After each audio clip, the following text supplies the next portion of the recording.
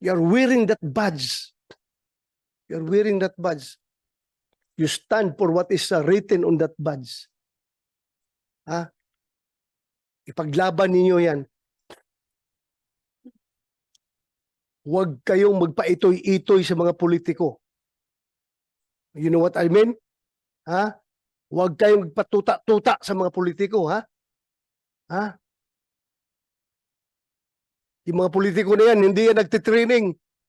Ha? Kayo, nagtraining kayo. Yung sweat, blood, and tears ay nagsipaglabasan sa inyong katawan dahil sa training na yan.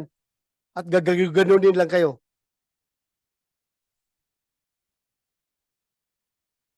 Paglaban ninyo, tauhan ninyo. My God, if I were the Chief PNP at this time, I don't know.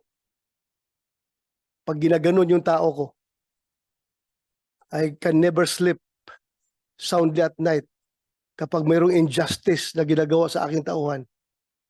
More so, the injustice is coming from my own institution itself.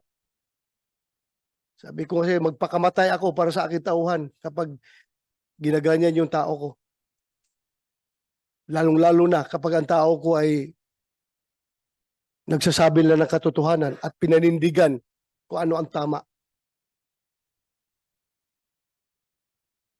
DP, you relay my messages to your to the DP, and to your Chief PNP. I-relay nyo yung mensahe ko. Sana naman nakikinig kayo. Hindi ko kayo pwedeng diktahan on what to do because that is already overreach on my part.